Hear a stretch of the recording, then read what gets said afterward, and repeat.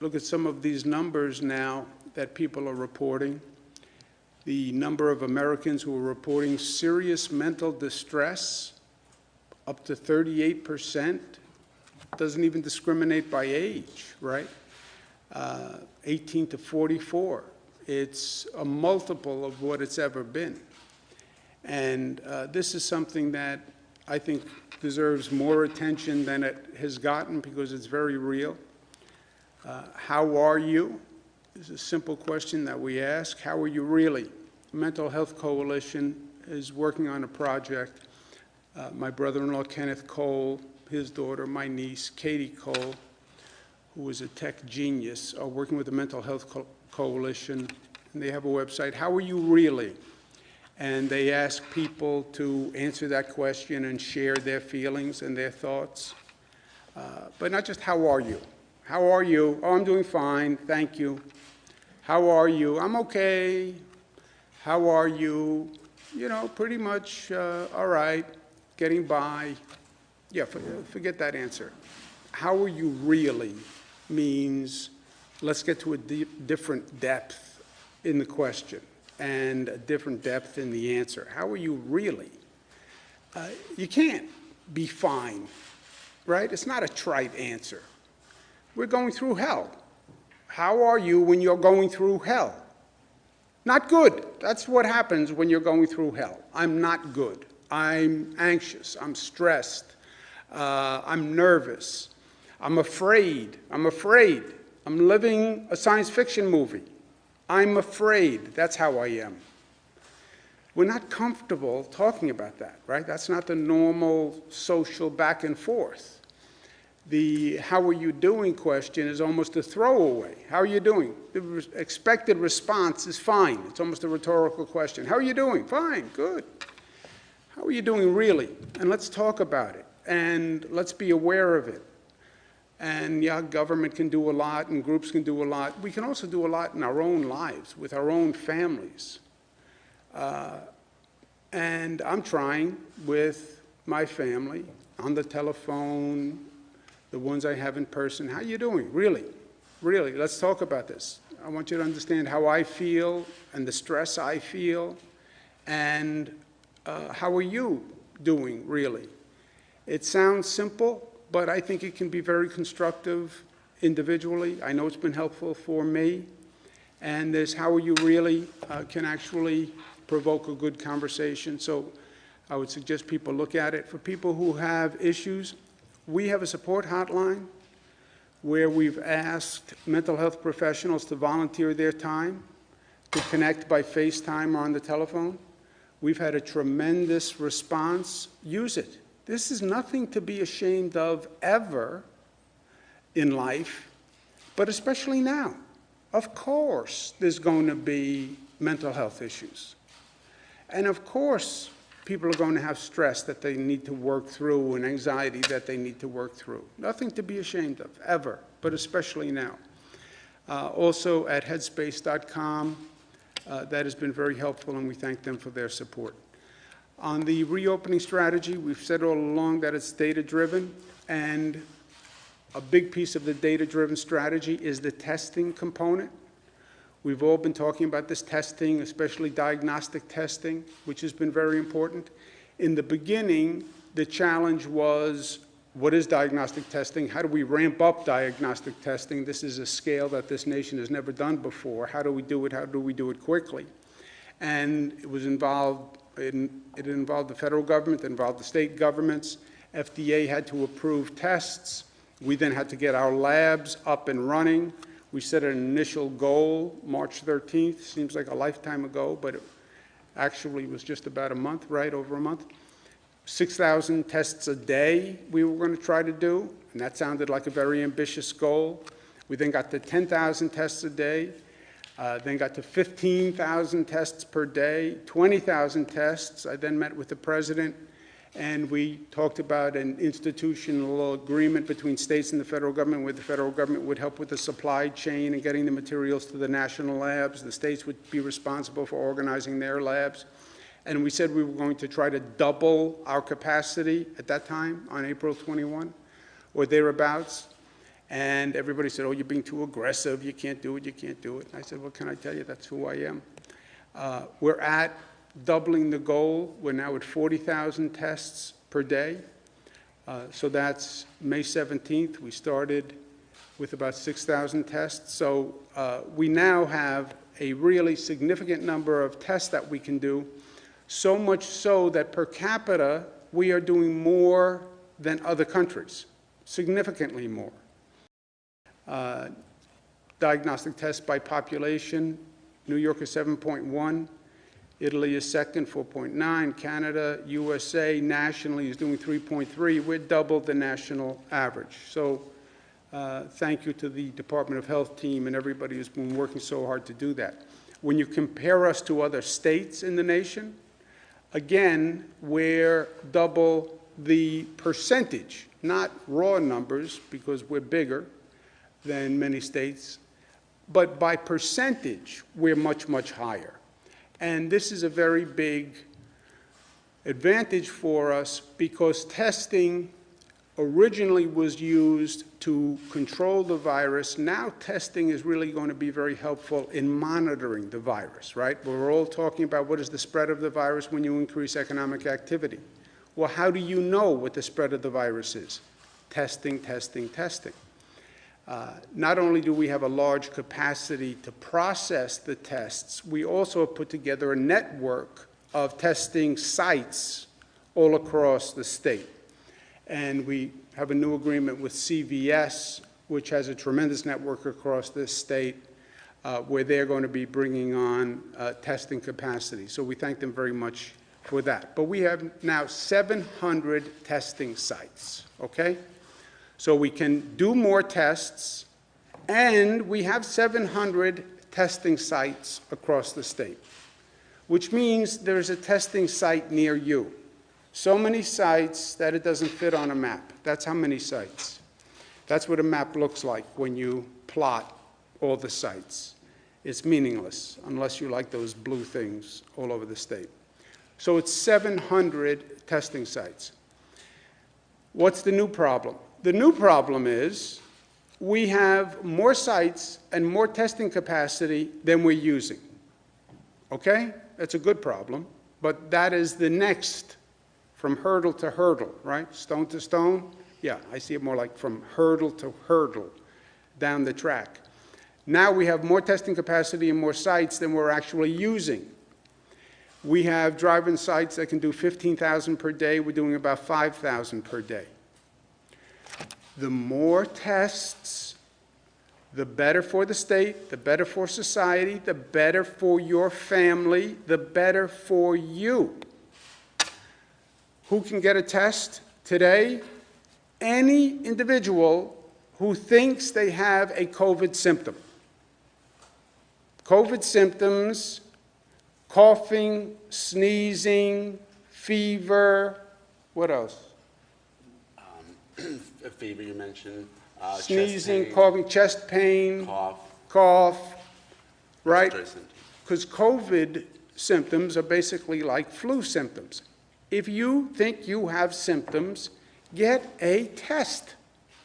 Get a test. It's up to you. Any individual who has had contact with a person who you find out had COVID, right? You get that phone call. Oh, I was with you last night at a party. Turns out I tested positive for COVID. Okay, you now qualify for a test. You lose your sense of smell.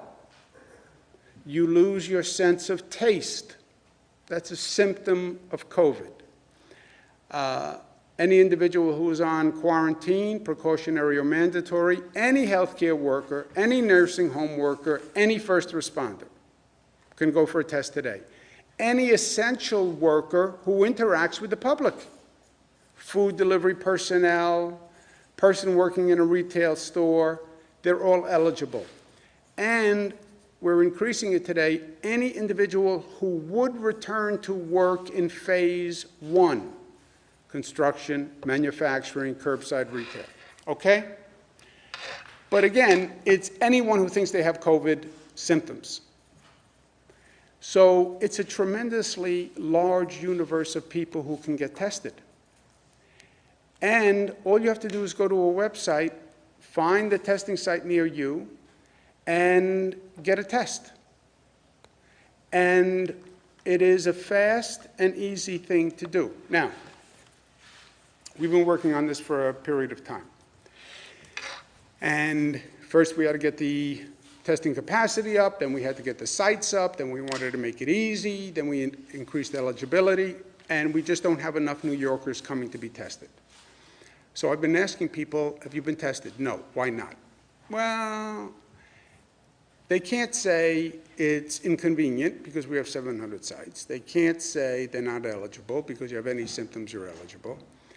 There is a general proclivity where, and I don't mean any disrespect to the medical profession, my sister's a doctor, but some people just don't like to go to the doctor and don't like to get tested. On a personal level, they love doctors.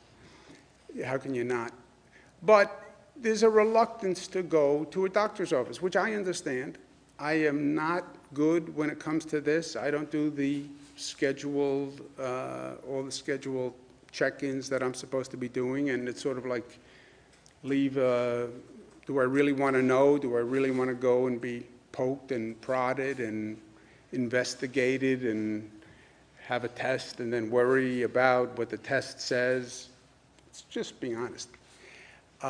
So I am not good at this. But this test is not an invasive test. There is no pain to this test. There is nothing about this test that should intimidate people from not taking this test. It is fast, it is easy. It is so fast and so easy that even a governor can take this test. That's how fast and easy it is. And for you doubting Thomases, which is what you all are, gender neutral, because by profession you are doubting Thomases, I'm going to show you how fast and easy it is to take a test and demonstrate why there should be no reluctance. This is Dr. Elizabeth Dufort, who is in the appropriate PPE wear. Nice to see you, doctor. You make that gown look good. Head up a little bit. Head up. Close your eyes. Close my eyes. Okay. Why do I need to close my eyes? You can question the doctor. That's okay. Why do I need to close my eyes? For comfort, it might make you tear a little bit. Okay. If I fall asleep? Then we'll have you sit down. Head up a little bit.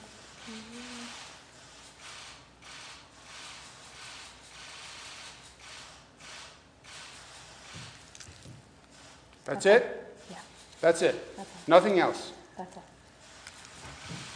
Told you. Thank you very much, doctor.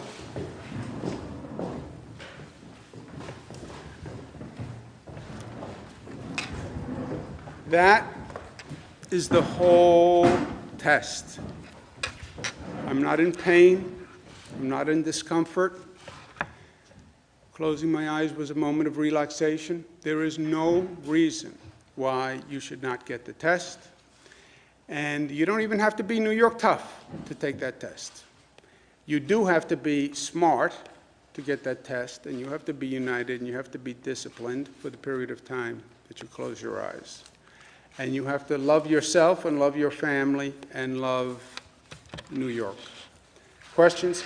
Governor, is there any update on unemployment? We're still getting reports from people on a daily basis, even after the new website came out, saying that they haven't been called after 72 hours or there's some sort of glitch in the system. Is there any problem? Maybe that's a Melissa question, not sure. When you say maybe that's a Melissa question, are you saying, what are you trying to say there? That I am not competent and knowledgeable to answer that question? You defer those questions to her usually. Are you trying to say that you think maybe I don't have a command of the facts? Is that what you're implying? I'm saying that's her specialty. It's Okay. a compliment towards Melissa more than an insult to the governor. All right. Well, that's a good thing to know. And you happen to be right. I don't know. So I will defer to Melissa. There has been tremendous progress with the unemployment system. We'll have another update middle of this week, but we're getting to a point where the only claims that are longer than 3 weeks old are either suspected fraud, not certified, or partial information, meaning the person that's applying has left out their social security number, some form of identification that's mandated by the federal government. So we actually feel very, very good about the progress that we've made. And the new system that we put into place has been incredible. I've seen people tweeting that people who have applied last week have already gotten their money this past week. And so we have gotten through the backlog, and the people that are remaining, it's either certification issues, partial information issues, or suspected fraud. And so for those folks, we're trying to update the website to tell you specifically what it is that's holding you back in that pending status, and those updates should come in this week as well. But there's been tremendous progress in the unemployment system. I'd also note the New York Times reported this morning that there has been suspected fraud attempts on states on their unemployment insurance system, and so that speaks to also the need to make sure that as we're processing these claims, we're making sure that the people that are getting the money are actually the people that they say that they are, and not just jamming the money out the door so quickly that then at the end of this, when this is all over, you guys come to the press office and say, you gave out millions and millions of dollars to people who didn't believe it. Did you have a proper vetting system in place?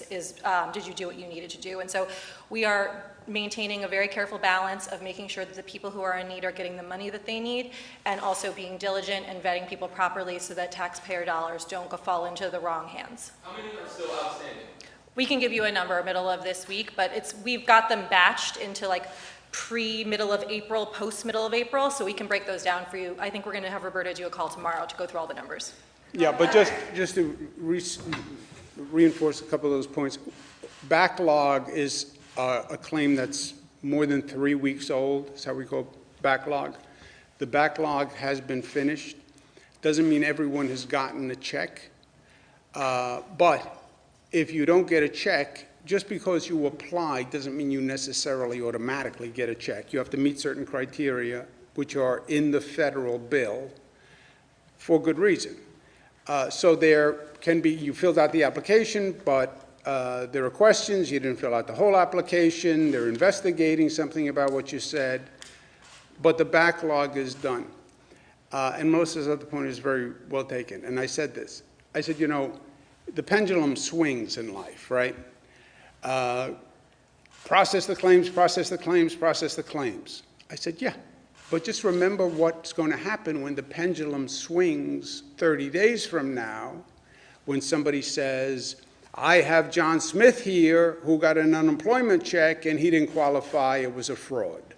Why didn't you check it before you authorized payment? That is going to happen.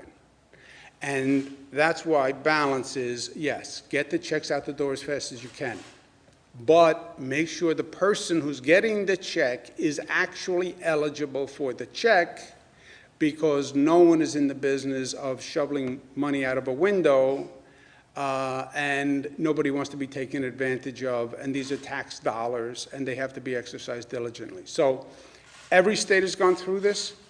If you look at what we've done compared to the other states, it's not even close how many claims we have processed and how fast we have processed them. So the backlog is all gone, but we still have to make sure eligible people receive it. And you're starting to hear already, well, there was fraud in people who got it. So that's the yin and the yang. Marina? So we know how many tests we're doing on average, but what's our actual max capacity, and what will the state do to better use our capacity to test inmates and nursing home residents who could be getting tested? We're at 40,000 today. That we're doing. What's the max capacity? Because the slide said that some of the drive-through tests have a max of 15,000 that are only getting 5,000. Well, we're at 40,000 today, which meets our goal of saying we were going to double our ability to test, right? We were at 20. I met with the president. We said our goal is doubling. We've met the goal of doubling. We're now at 40,000. We want to test as many as we can possibly test. And what is the maximum testing capacity? You don't know yet. It's How many test kits can we get? How many vials can we get? How many reagents can we get? How many machines can we get? How many more labs can we get? How many more CVS can we get? How many more Rite Aids can we get? How many more doctors' offices can we get? How many more hospital employees can we get? You calculate all of that, you'd be at a theoretical maximum. And then if I could just add to that, on the nursing home question, in addition to those 40,000 a day that you saw up on the slide, we have reserved above and beyond that 35,000 tests a day. A couple of days ago, I said it was 30,000. We're now up to 35,000 tests a day on top of that 40,000 a day that will just be dedicated to nursing home staff in order for them to meet the DOH mandate of making sure that their staff is tested. So the state take as many as 75,000 tests a That's day? through the commercial labs that you ship out of state. Well, excuse me one second, Jesse, let me just make sure. What, you want to add something, Doctor? Combined between in-state and out-of-state, it'll be 80 to 90,000 a day. Governor, can we get some clarity on summer camps? There's been some questions as to whether or not those should open, will they open?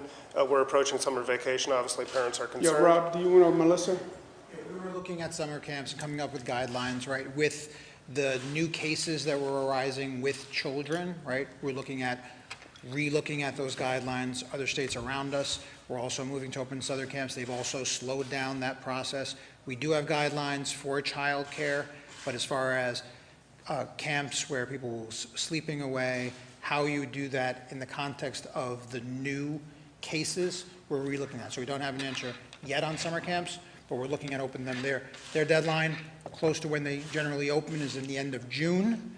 So we will get guidance out and make a decision, way in time before that. But right now, the public health concern is the first. Within the next couple of weeks, we anticipate. Yes. Also, Yeah, but Jesse, also, let's just stay with this for a second. Summer camps, we've been looking at summer camps just because they were always gatherings and they obviously had density and they were posing issues. This issue with this Kawasaki-like syndrome is, I think, very important.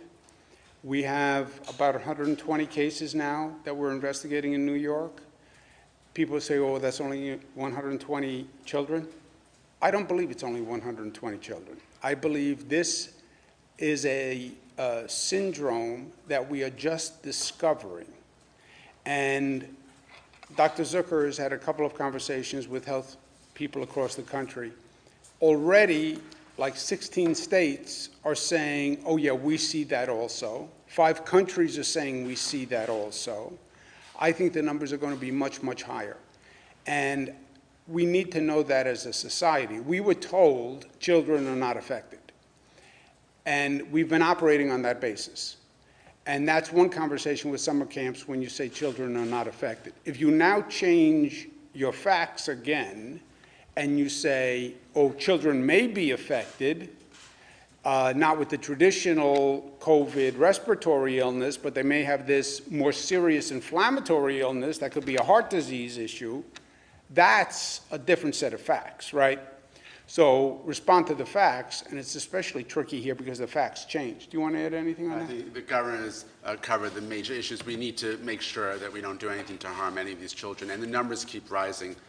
As the governor mentioned, 16 states, but we have over 120 cases here. But if you look across the country, it's past 200. sorry, Howard, does that influence your thinking about school in the fall? I mean, if this is in fact attacking kids, I mean, at what point do you start to consider canceling You're school? exactly right. You're exactly right. And look, nobody knows. One thing we've realized as a society, there's an assumption that somebody always knows the answer, and they're just not telling us. Sometimes nobody knows. I'm telling you, nobody knows about this virus. Nobody knows what the effect may be on children. I think we discovered this Kawasaki-like situation. I don't believe it's only 100 kids. I believe it's only 100 kids until you look. And I think that number is going to go up. Good news about schools, the fall is a lifetime away as far as we're concerned at this rate. Summer camps, it is relevant. So on the summer camps issue, on any of these children-related issues, it's really important for us to get the facts on, is this just 120 kids and it's an anomaly, or is that just the tip of the iceberg, and that represents thousands of kids who have had this reaction? Governor, what would you To families who've suffered losses inside nursing homes, and they're looking for accountability, and they'd like to see justice. For example, I've recently interviewed a family, 3 siblings. They've had 2 nursing home losses within a few weeks of one another on 2 separate floors in the same facility here in Albany. They felt so much solace when you got up and talked about Matilda's Law. They said, great, we're protected. Like, our loved ones are going to be okay because of Matilda's Law. And then their loved ones passed away because they couldn't get the testing. So they're looking for accountability, and they feel that they were failed. What's the comment to that? Yeah, the comment is this, and I have those conversations all day long with people who have lost people, right? We lost 139 people yesterday in hospitals. Who is accountable for those 139 deaths? Well, how do we get justice for those families who had 139 deaths? What is justice? Who can we prosecute for those deaths? Nobody. Nobody. Mother Nature, God, where did this virus come from? People are going to die by this virus. That is the truth. Best hospital system on the globe, I believe we have. Best doctors, best nurses who have responded like heroes. Every medication, ventilators, the health system wants for nothing. We worked it out so we always had available beds. Nobody was deprived of a bed or medical coverage in any way. And still people died. Still people died. Older people, vulnerable people, are going to die from this virus. That is going to happen, despite whatever you do. Because with all our progress as a society, we can't keep everyone alive, despite everything you do. And older people are more vulnerable. And that is a fact. And that is not going to change. And look, to me, the really difficult conversations for me are, my son was 40 years old. He was not a senior citizen, did not have a comorbidity, and got this virus because he was an essential worker and doing the right thing, and had an aneurysm. I thought young people were fine, and he was doing the right thing as an essential worker. You know, there's a randomness to this virus that is inexplicable. Why do people die? You know, that's beyond this. Who's accountable? You can have a situation where everyone did the right thing and everyone tried their best, and people still die. What if you're saying still that if the mandates that are currently in place right now, that we've all just been talking about in here, were in place from the get-go, they feel that their loved ones might still be here? I don't, look, people rationalize death in different ways. I don't think there is any logical rationale to say they would be alive today. We always had, I said from day one, the fear is we overwhelm the hospital system, and then people die because we couldn't get them the medical care. That was an accountable, avoidable situation. That was Italy, by the way. People died in hallways, on gurneys, in hospitals, because the doctors and the nurses were overwhelmed. And because they didn't have a ventilator, they didn't have a doctor available, and people died. That is a heartbreak, because then you say, they didn't have to die. If the doctor had gotten to my mother would have been alive. That's what we protected against, and we did it successfully. I now get criticized that I had an overcapacity of beds available. Oh, you didn't need all those beds, as it turned out. I'll take that. I'm guilty. I increased the hospital capacity to an extent that we didn't even need. But you know what? Nobody died where we didn't do everything that we could. And that has been true from day one. It's true today, and it was true from day one. We always had more capacity. Governor, a few days ago, you said that there would need to be broad-based testing for, so that officials could then perform testing in the prison system. Now it appears a lot of those capabilities have come online. Can you please describe if there's a widespread plan to do? We are testing in every congregate facility in the state. Does that include prisoners? Prisoners, prisons, any congregate care facility in the state, nursing homes, top of the list. The only reason I bring that up is our analysis shows that prisoners are being tested at a rate 4 times fewer that of the general public, and there are still facilities that don't have any testing, or sometimes somebody does test positive, and then very few tests in a facility, and then very few tests are then performed there afterwards. Can you please comment on that, or any... Who found that? The New York Law Journal. You surveyed prisons? That's according to state data, I don't know. the Do state, you know? and then the general... We test prisoners the same criteria that we test people outside of prisons. So the same criteria that's been applied outside of prison walls, if you're symptomatic, if you're known to have come in contact with somebody who is COVID positive, that same rule applies within prisons. And we luckily have not seen outbreaks like we've seen in some of these other states like Ohio and in some of the other facilities that are non-state facilities. So if there is a reason or a need to expand the testing within the prisons, it's something that we're looking at and we'll expand accordingly. Is there any rationale, though, for why Yeah, but let me tell you that's- something. I'll tell you why you can't be right. Because the test of the correction officers, right, we tested all the essential workers. The correction officers test well below the general public in terms of infection rate, right? The people who work in the prisons test at a much lower infection rate than the general public. We can pull it up for you. But how, if you had a serious... We're testing nursing home staff twice a week. Why? Because they're a canary in the coal mine for that nursing home. If you have a problem with COVID-19 in a nursing home, you're going to have it with the staff also. So it's a way of looking at the problem in the general population, right? That's the nursing home staff theory. Also, the prison staff is the same theory.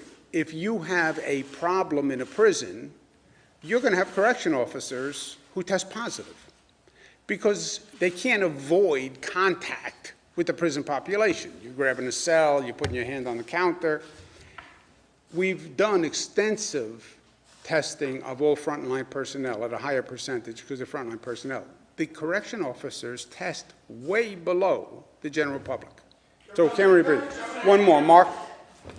Governor, I just want to preface my comments with take off what Bernadette, I guess, said. With my mom, April 28th, my mom passed away from coronavirus. So that's why you haven't seen me here. I'm sorry. It's a Pennsylvania statistic, not a New York statistic. I'm sorry. Doesn't matter what state. But thank you.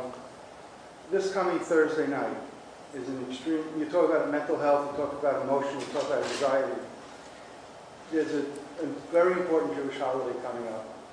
That Orthodox Jews, there are 23 synagogues and in 18 localities upstate from the Poughkeepsie, Kingston, Monticello border north. And they're really feeling the need to go out and observe one of the 4 major Jewish holidays. And they don't observe Zoom. That's not part of the Orthodox Jewish community. I know there's this whole separate problem downstate. But upstate, you get maybe 14, 15 people. You could set chairs apart. Are there any guidelines, any protocols that could be set through the health department, maybe county health officials or law enforcement come and make sure that they're doing things the way they need to, that could allow this segment of the population at least observe this one holiday? And it's so important. It's called Shavuos. It's the handing down of the Torah from Mount Sinai. I just thought I'd Yes. bring it up because it really would relieve a lot of stress and anxiety on this small segment and be safe at the same time. Yeah, two things, Mark. First, we're talking about the upcoming holiday. We're also talking about special provisions for Memorial Day celebrations, which are also coming up. And we're going to have guidance on that tomorrow or by Tuesday. If we can circumscribe a ceremony, your number was 14, 15 people, social distanced with safeguards, can we find a way to do a ceremony, a religious ceremony, or a ceremony that honors Memorial Day? I think we can. And that's what we're talking through, but we'll have an answer in the next day or two. And on your mother's passing, there's an Italian expression, the two things in life that will never leave you, the eye of God and the love of a mother. She's still here. Have a good day, guys. I have to go to work. Come tomorrow. I'm going to get my results. That was no, I've been tested before. If I am not here tomorrow, it means I tested positive. Otherwise, I'll see you here tomorrow.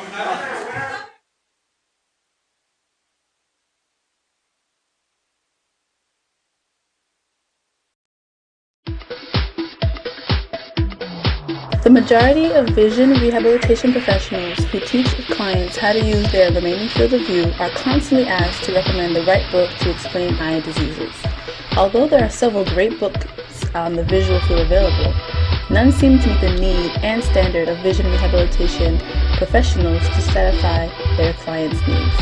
This book is therefore the prescription that encompasses the major topics of eye diseases in relation to low vision, orientation, mobility specialists, and vision therapy. This book answers all the questions about the anatomy, physiology, pathophysiology, pathology, treatment, prevention, and vision rehabilitation therapy of any abnormality of the eye. This book can serve as a companion text for not only vision rehabilitation professionals, but also all medical and blindness students along with their family members. This book is available in all formats regardless of sight impairment, text, ebook, and audiobook. It is also available in all online bookstores, inside the Eye Disease website, Amazon, Barnes & Noble, and Zilligris.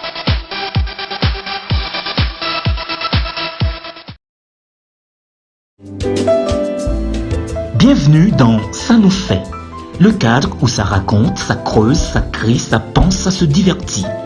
Une pointe de curiosité pour des choses qui nous interpellent, nous attachent et qui pourtant viennent de nous. Ça nous fait conversations, comptes rendus, visites, découvertes et rencontres sur PCVI Network tous les mercredis soirs, 8h. Présenté par Johnny Carr, Pierre. Pas quitter ni glaucome, ni cataracte, ni l'autre maladie fait nous perdre vision nous. Chaque année, pensez à un docteur pour nous connaître état genou. Si vision nous commence à baisser, ou soit nous t'avons aveugle, restez positif. Spécialiste dans Brain Center for the Visually Impaired est toujours là pour courir nous.